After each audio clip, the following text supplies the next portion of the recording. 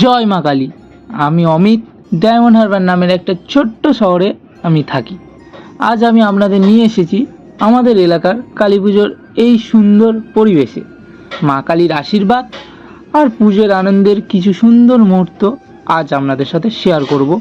চলুন তাহলে শুরু করি আমাদের আজকের কালী পুজোর স্পেশাল ব্লগ। এখন মা কালীর সাজানোর কাজ চলছে। মায়ের গয়না আর অলংকার খুব সুন্দর করে পরানো হচ্ছে। ধীরে ধীরে মায়ের রূপ আর সুন্দর হয়ে উঠছে। এই মুহূর্তগুলো সত্যিই বিশেষ আর দেখার মতো। কমিটির লোকরা খুব যত্ন করে মায়ের সাজ সম্পূর্ণ করছে। সব মিলিয়ে একদম ভক্তি আর আনন্দের পরিবেশ হয়ে উঠছে। এখন আমরা দেখছেন মায়ের মন্দিরটি, যেখানে মা সারা বছর বিরাজ করে থাকে। এই জায়গাটা ভক্তদের কাছে খুব পবিত্র আর বিশেষ। সারা বছর এখানে ভক্তরা এসে মায়ের আশীর্বাদ নেন। সঙ্গে শুধু মা একা থাকে না, এখানে বাবা মহাদেবও থাকে, মানে মায়ের বর। এদিকে সবাই আনন্দ করে মাকে নিয়ে যাচ্ছে কাঁধে করে মণ্ডপের দিকে। সবাই খুব ভক্তি আর আনন্দের সঙ্গে পবিত্র যাত্রায় অংশ নিয়েছেন। চারিদিকে ভক্তদের উচ্ছ্বাস আর মাইকের শব্দের পরিবেশ একদম উৎসবমুখর হয়ে উঠেছে। ধীরে ধীরে মা এগিয়ে চলেছেন মণ্ডপের দিকে।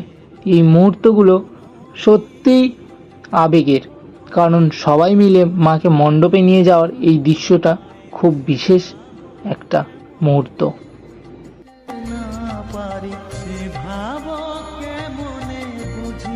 এতক্ষণ তো মাকে দেখলেন, এরপর মা কোথায় বসবে সেই জায়গাটাও একটু দেখায়।